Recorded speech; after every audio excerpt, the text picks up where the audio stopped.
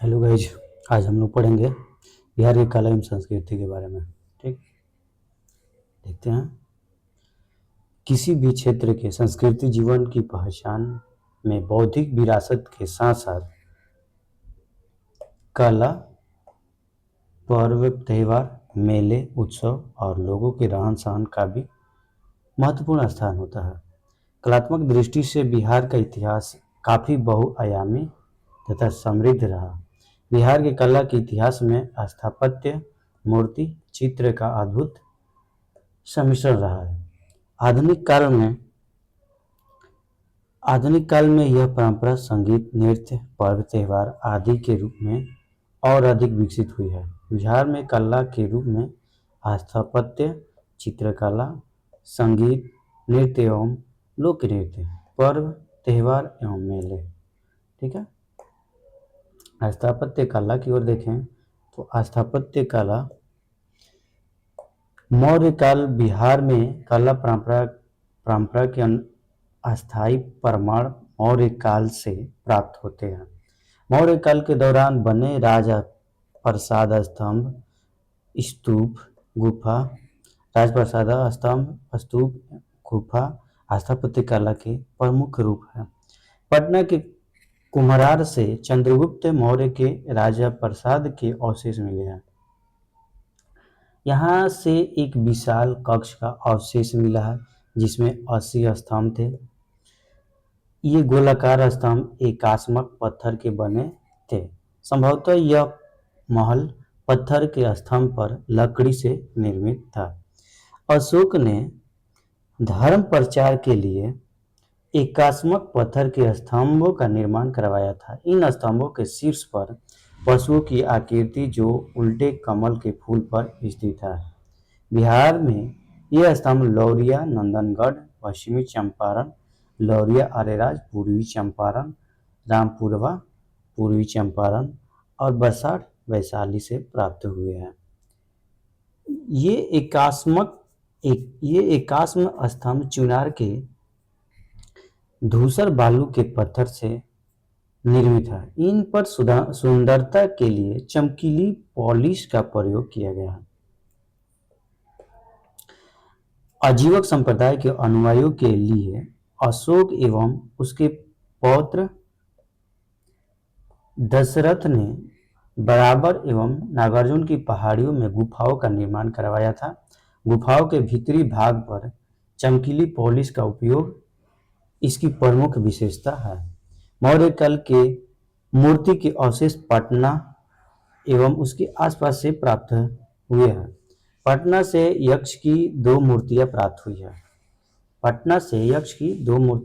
हुई है। ये हल्के भूरे रंग के बालू के पत्थर से निर्मित है। पटना के लोहानीपुर से पुरुषों के नग्न रूप की दो मूर्तियां प्राप्त हुई है। संभवतः ये जैन तीर्थंकरों की मूर्तियां है। इसका निर्माण जय शैली में ज्ञात सर्ग मुद्रा में हुआ है। पटना सिटी के दीदारगंज से एक स्त्री की मूर्ति मिली है जिसे यक्षी या स्त्री रत्न का नाम दिया गया है। भूरे रंग के बालू पत्थर से बनी यह मूर्ति नारी के शारीरिक सौंदर्य के सूक्ष्म रूप से प्रदर्शित करती है। पाल काल के दौरान स्थापत्य एवं मूर्ति कला के रूप में अवशेष मिले हैं। ओदनपुरी, विक्रमशिला, महाविहार पाल कला के स्थापत्य के प्रमुख उदाहरण है। इनका निर्माण ईंट से किया गया। आंगन के चारों ओर बरामदे एवं बरामद के पीछे भिक्षुओं के निवास के लिए कमरे इसकी प्रमुख विशेषता है। गया में निर्मित विष्णुपद मंदिर पालकालीन मंदिर स्थापत्य का अत्यंत सुंदर उदाहरण है। पाल काल में मूर्ति कला में पत्थर एवं कांसे दोनों का प्रयोग किया गया। कांसे की मूर्ति के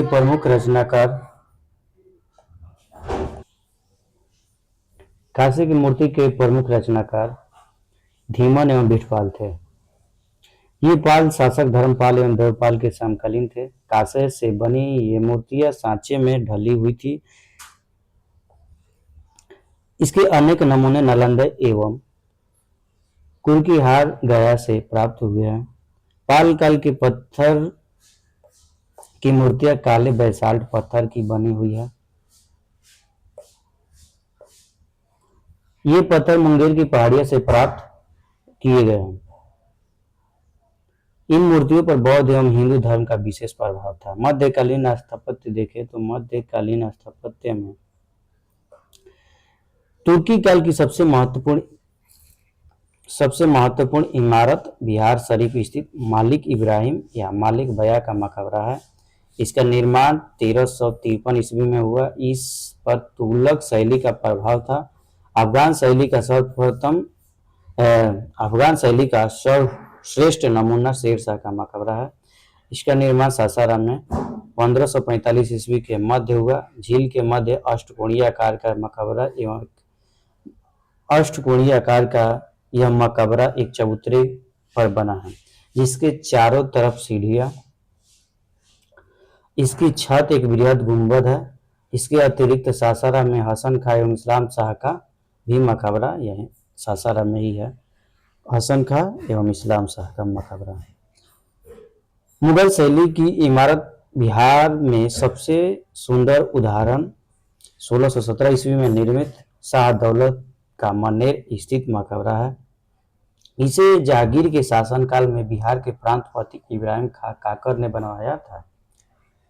जहांगीर के शासनकाल में बिहार के प्रांतपति इब्राहिम खां काकर ने बनवाया था। इसका निर्माण लाल बलुआ पत्थर से हुआ।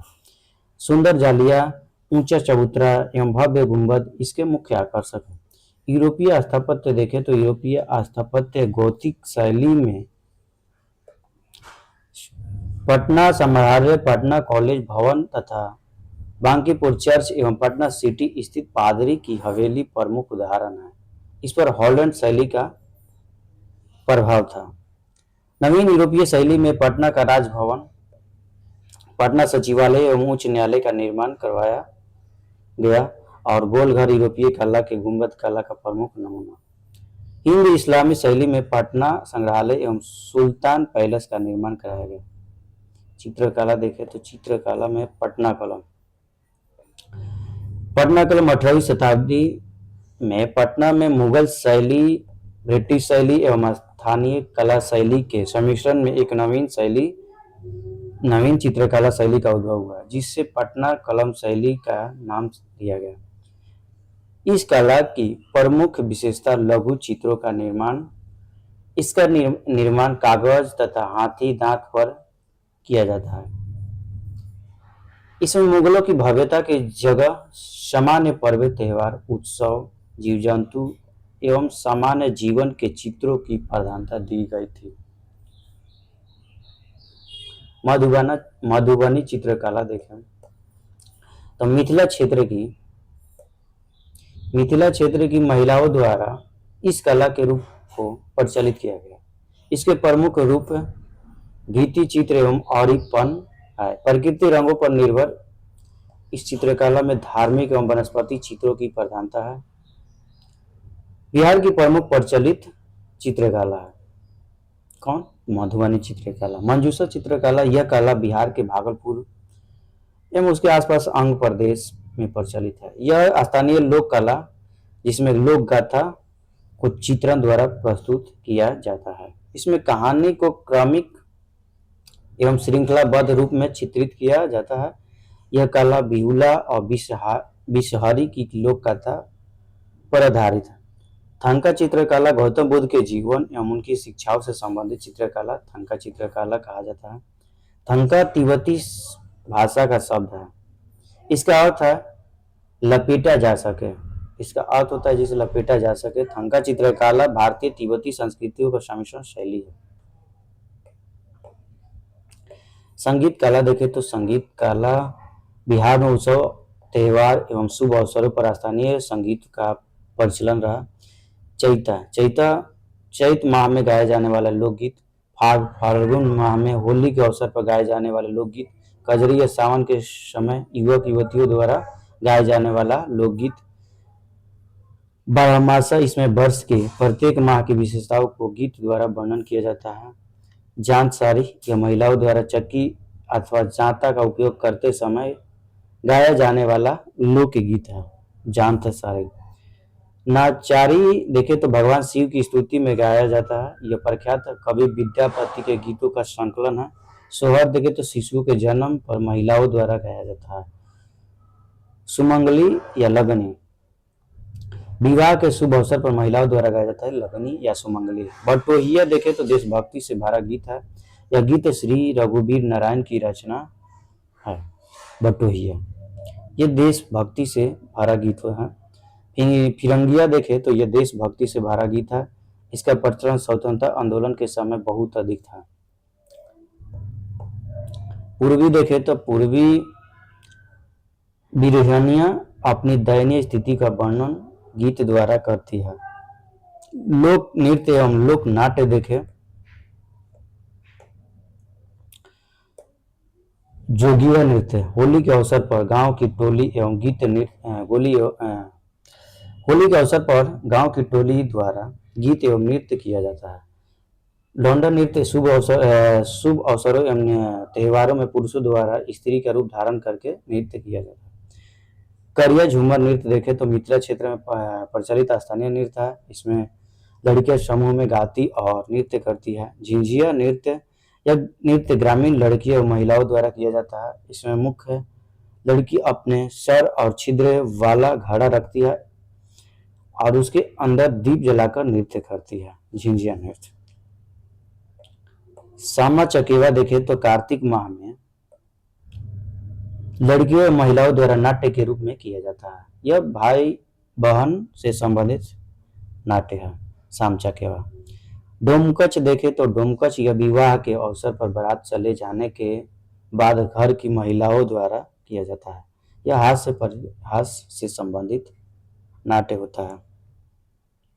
जट जटिन देखे इसमें नाट्य द्वारा जट जटिन के वैवाहिक जीवन का प्रदर्शन किया जाता है। विदेशी पुरुषों द्वारा महिला रूप धारण कर नाट्य प्रस्तुत किया जाता है। यह लौंडा नृत्य का नाट्य रूप होता है। विदेशी भिखारी ठाकुर की कृति है।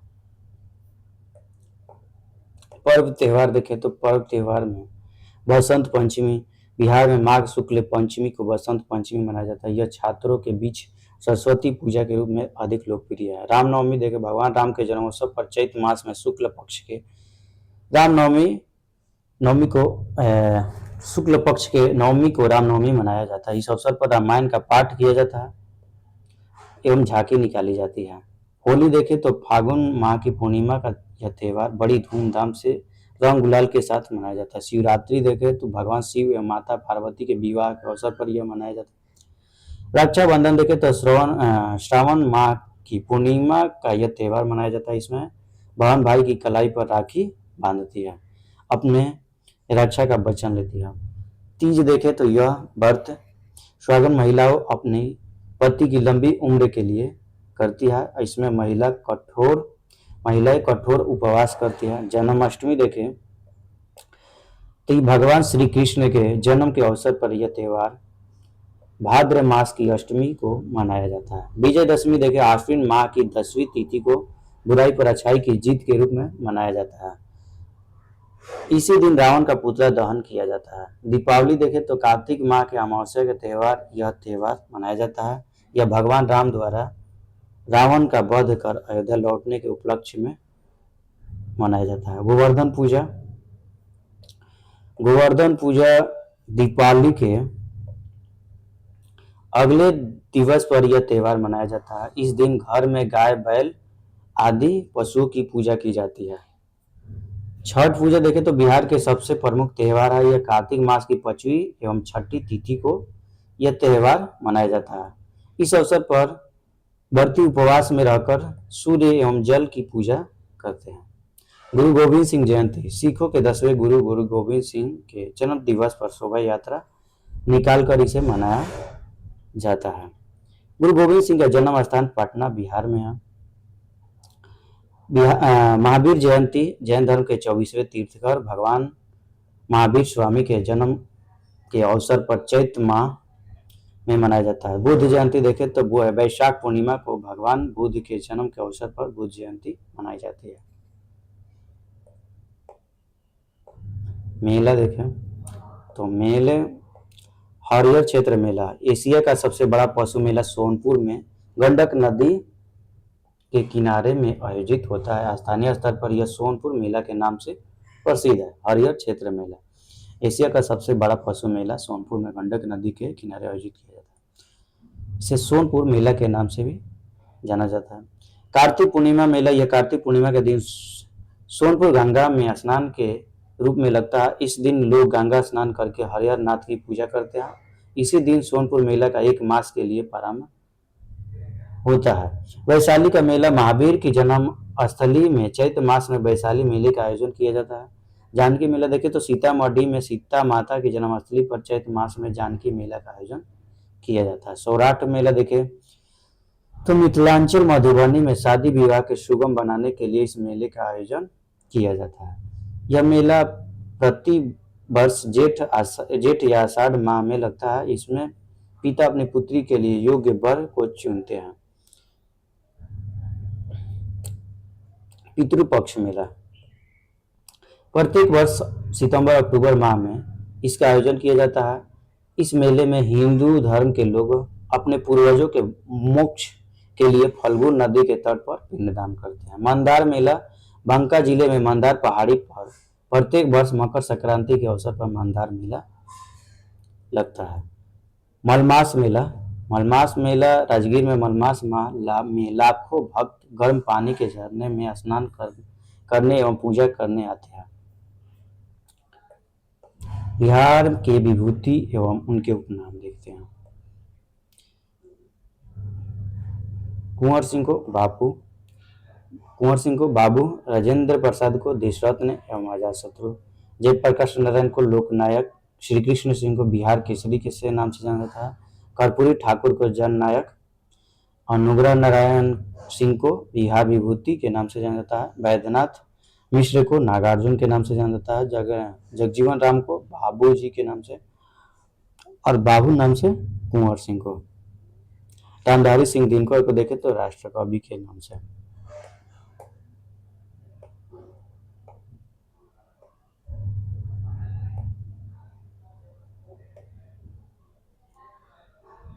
बिहार के प्रमुख व्यक्तित्व देखते हैं।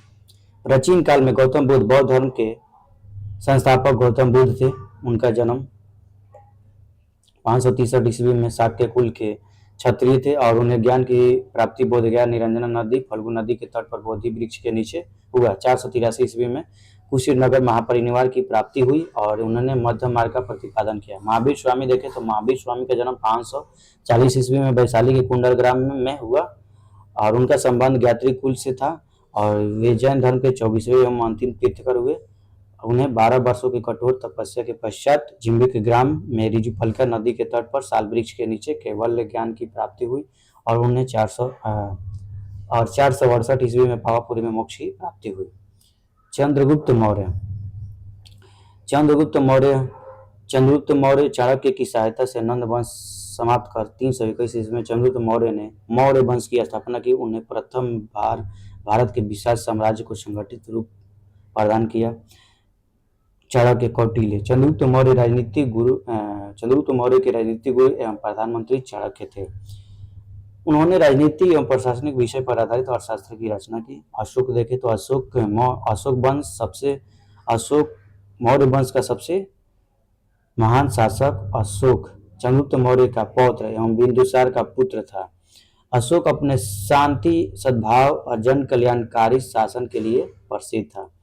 अशोक ने बौद्ध धर्म को स्वीकार किया और उसके प्रसार के लिए स्तंभ शिलालेखों का प्रयोग किया। आर्यभट्ट देखे तो आर्यभट्ट गुप्त काल के प्रसिद्ध गणितज्ञ एवं खगोलशास्त्री थे। उन्होंने बीजगणित की प्रारंभिक आधारशिला रखी और उन्होंने आर्यभट्ट एवं आर्य सिद्धांत की रचना की और उन्होंने दशमलव एवं शून्य का आविष्कार किया। याज्ञवल्क्य देखिए याज्ञवल्क्य विद्य मिथिला के राजा जनक के समकालीन थे। उन्होंने शतपथ ब्राह्मण एवं याज्ञवल्क्य स्मृति आदि की रचना की। पाणिनि देखे तो पाणिनि पाटलिपुत्र के निवासी पाणिनि ने प्रसिद्ध संस्कृत व्याकरण अष्टाध्यायी की रचना की। जीवक देखे तो जीवक बिंबिसार के समकालीन थे। वे एक प्रसिद्ध आयुर्वेदाचार्य थे। जीवक ने महात्मा बुद्ध एवं उज्जैन के राजा प्रबोध का उपचार किया था। अश्वघोष देखते हैं तो अश्वघोष अश्वघोष बौद्ध महाकवि एवं दार्शनिक थे। गणेश के समकालीन थे। उनकी प्रसिद्ध रचना है बुद्ध चरितम। बाणभट्ट देखे तो बाणभट्ट हर्षवर्धन के समकालीन थे। उन्होंने हर्षचरित एवं कादम्बरी की रचना की। कादम्बरी विश्व का सबसे प्राचीनतम उपन्यास है। विश्व का सबसे प्राचीनतम उपन्यास कादम्बरी। दीपांकर श्रीज्ञान दीपांकर श्रीज्ञान विक्रमशिला विश्वविद्यालय के प्रसिद्ध आचार्य थे। उन्होंने तिब्बती शासक के निमंत्रण पर तिब्बत भेजा गया था। वे बौद्ध धर्म के प्रमुख ज्ञाता रहे। मंडन मिश्र मिथिला क्षेत्र के प्रसिद्ध विद्वान एवं दार्शनिक थे। उन्होंने शंकराचार्य के साथ शास्त्रार्थ किया था। मध्यकाल में देखते हैं तो मध्यकाल में मखदूम सरफुद्दीन याहिया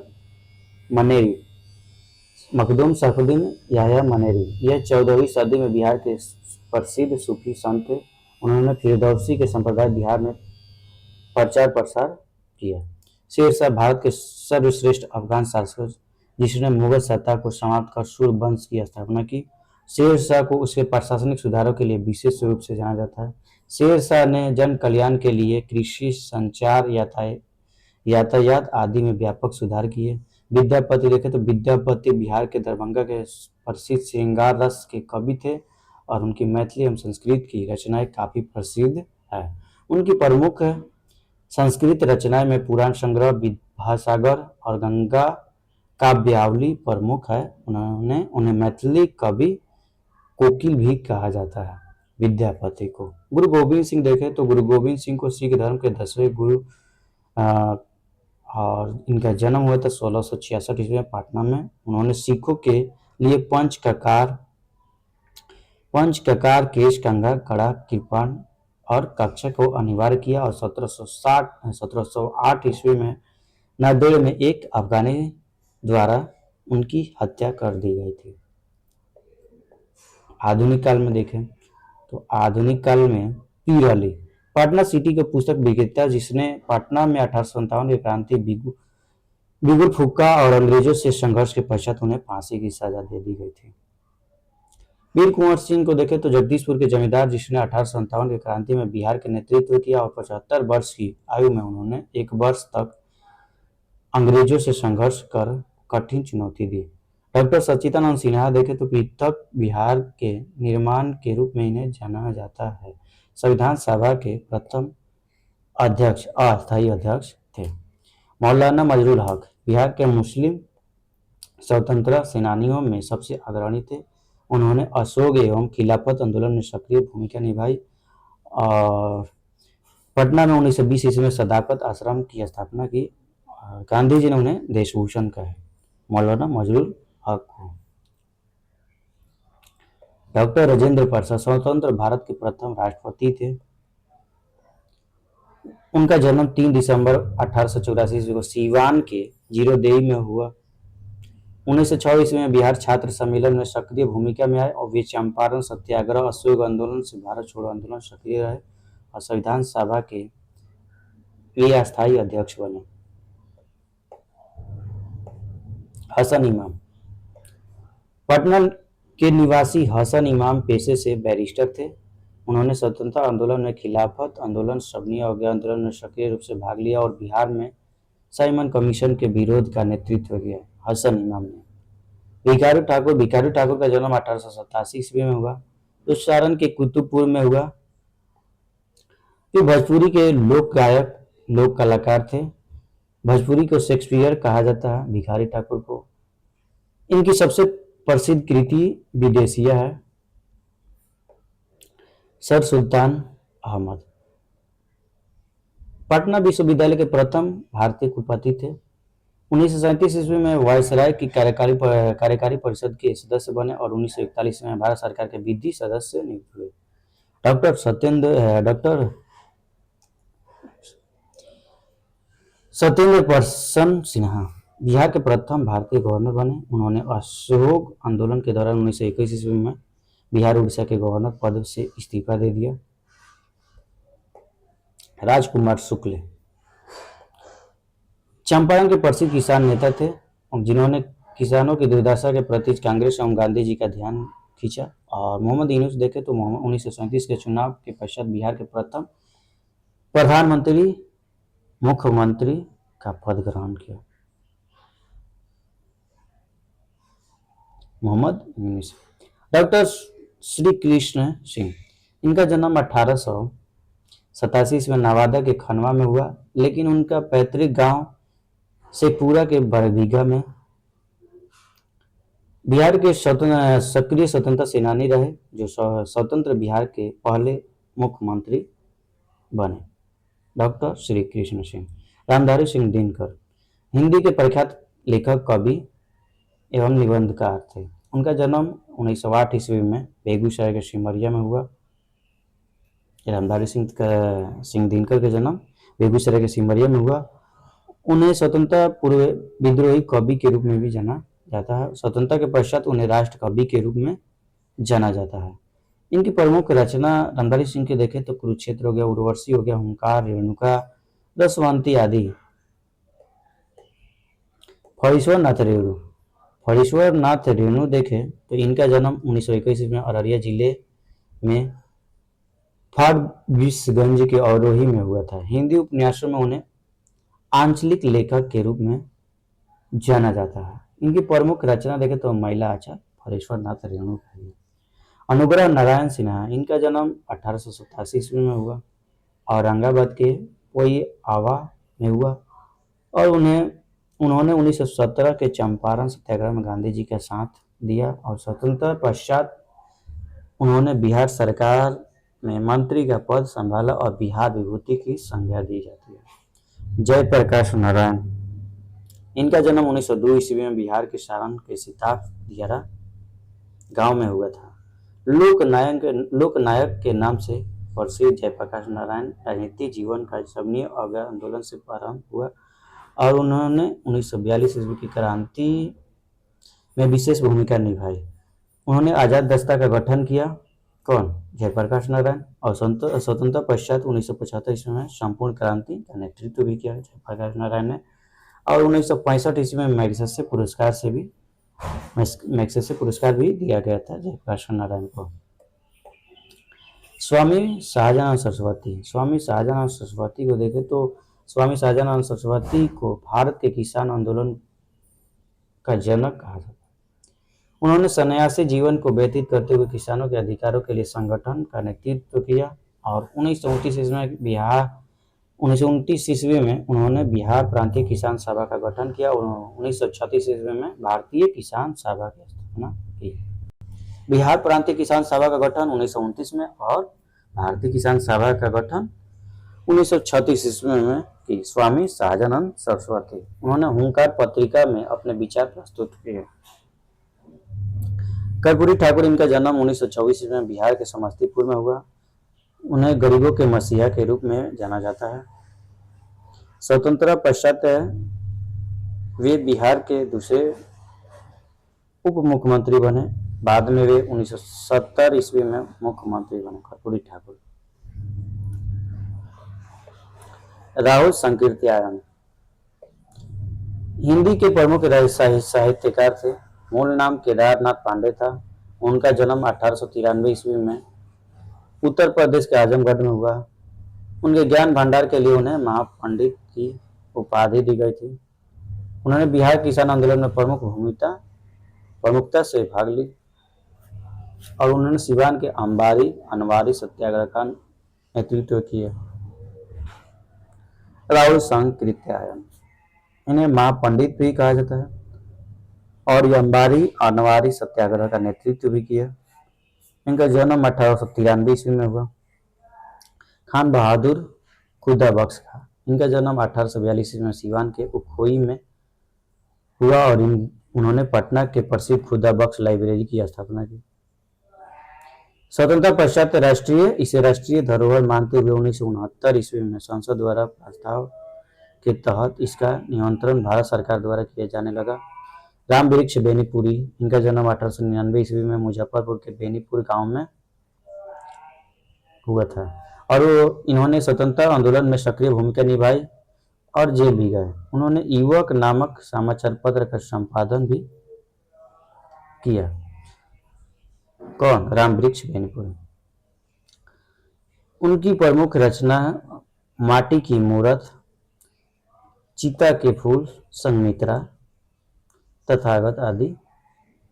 नागार्जुन देखिए तो इनकी वास्तविक नाम वैद्यनाथ मिश्र। इनका जन्म 1911 ईस्वी में मधुबनी के सतलखा गांव में हुआ और नागार्जुन हिंदी, मैथिली, संस्कृत एवं बांग्ला में अपने मौलिक रचनाएं लिखी।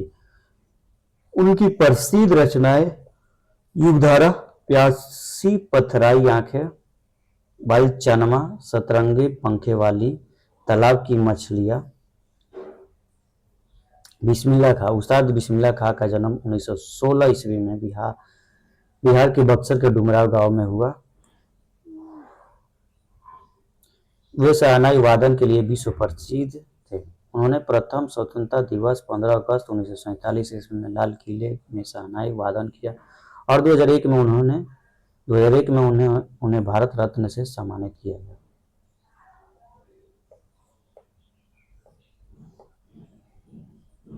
बिहार के विभूति जिन्हें भारत रत्न मिला, डॉक्टर राजेंद्र प्रसाद 1962, जयप्रकाश नारायण 1999, बिस्मिल्लाह खां 2001, कर्पूरी ठाकुर 2024। डॉक्टर राजेंद्र प्रसाद को स्वतंत्रता सेनानी, उत्कृष्ट कार्य में संविधान सभा के अध्यक्ष, भारत के प्रथम राष्ट्रपति। और जयप्रकाश नारायण के उत्कृष्ट कार्य देखें तो स्वतंत्रता सेनानी, आजाद दस्ता के संस्थापक, संपूर्ण क्रांति के जनक जयप्रकाश नारायण। सुप्रसिद्ध शहनाई वादक है और बिहार के गौरव से सम्मानित है बिस्मिल्लाह खां। समाज सेवी नेता, बिहार के भूतपूर्व मुख्यमंत्री, बिहार के आरक्षण के जन्मदाता कर्पूरी ठाकुर थे।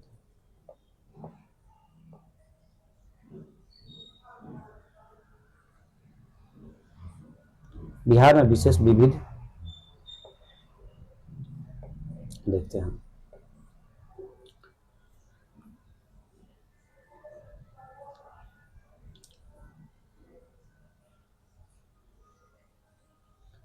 बिहार का प्रथम लोकतांत्रिक गणराज्य लिच्छवी वैशाली। बिहार का प्रथम विश्वविद्यालय नालंदा विश्वविद्यालय। बिहार का प्रथम वैभवशाली नगर पाटलिपुत्र। विश्व का प्रथम खगोल वैज्ञानिक आर्यभट्ट। भारत के प्रथम राष्ट्रपति डॉक्टर राजेंद्र प्रसाद। संविधान सभा के अस्थायी अध्यक्ष डॉक्टर सचिदानंद सिन्हा। संविधान सभा के अस्थायी अध्यक्ष डॉक्टर राजेंद्र प्रसाद। ब्रिटिश शासन में प्रथम भारतीय राज्यपाल सत्येंद्र प्रसाद सिन्हा। ब्रिटिश शासन में बिहार के प्रथम राज्यपाल तो राज्यपाल सत्येंद्र प्रसाद सिन्हा। ब्रिटिश शासन में बिहार के प्रथम राज्यपाल, ये ब्रिटिश शासन में प्रथम भारतीय राज्यपाल थे सत्येंद्र प्रसाद सिन्हा। और ब्रिटिश शासन में बिहार के प्रथम राज्यपाल पूछे तो सर जेम्स शिफ्टन 1935 में। स्वतंत्र बिहार के प्रथम राज्यपाल जयराम दास दौलतराम 1947 में। ब्रिटिश शासन में बिहार के प्रथम मुख्यमंत्री देखे तो मोहम्मद यूनुस 1937 में। स्वतंत्र बिहार के प्रथम मुख्यमंत्री देखे तो श्री कृष्ण सिंह। बिहार के प्रथम हरिजन मुख्यमंत्री देखे तो भोला पासवान शास्त्री। और निर्दलीय मुख्यमंत्री देखे तो महामाया प्रसाद सिन्हा।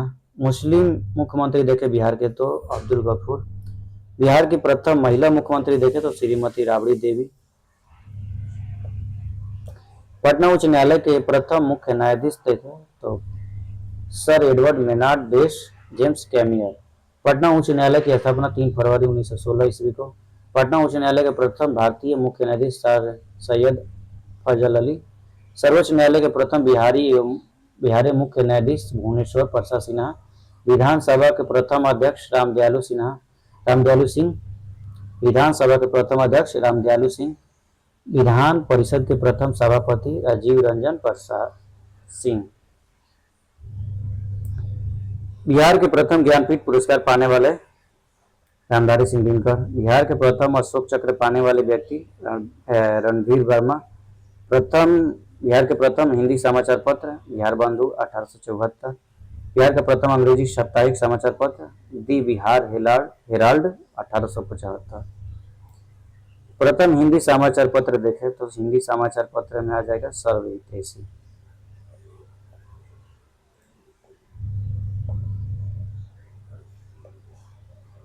बिहार का प्रथम अंग्रेजी दैनिक समाचार पत्र तो द सर्चलाइट 1918। बिहार का प्रथम उर्दू समाचार पत्र नूर अल अनवर 1876। बिहार का प्रथम हिंदी छापाखाना बिहार बंधु प्रेस। बिहार की प्रथम नगर पालिका आरा। बिहार का प्रथम बिहार का आने वाला प्रथम अंग्रेज यात्री तो रॉल्फ फिंच 1587। बिहार के सबसे बड़ी नदी गंगा।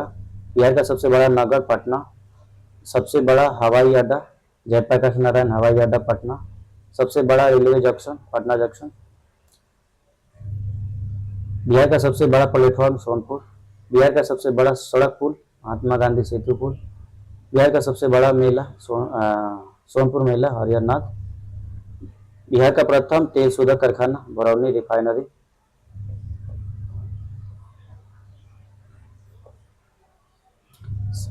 प्रथम सिंचाई परियोजना तो सोन बहुउद्देशीय परियोजना। प्रथम तारामंडल इंदिरा गांधी तारामंडल पटना। बिहार का दूसरा तारामंडल दरभंगा। बिहार का प्रथम विश्वविद्यालय पटना विश्वविद्यालय 1917। प्रथम खुला विश्वविद्यालय नालंदा खुला विश्वविद्यालय। सबसे बड़ा विश्वविद्यालय मगध विश्वविद्यालय। बिहार का प्रथम कॉलेज पटना कॉलेज 9 फरवरी 1863।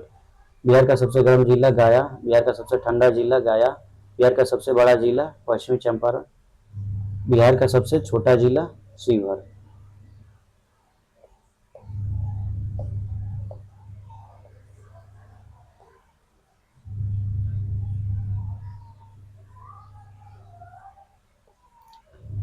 बीपीएससी पीटी प्रश्नवाली में 1969 से लेकर 69 तक आए हुए प्रश्नों को देख लेते हैं।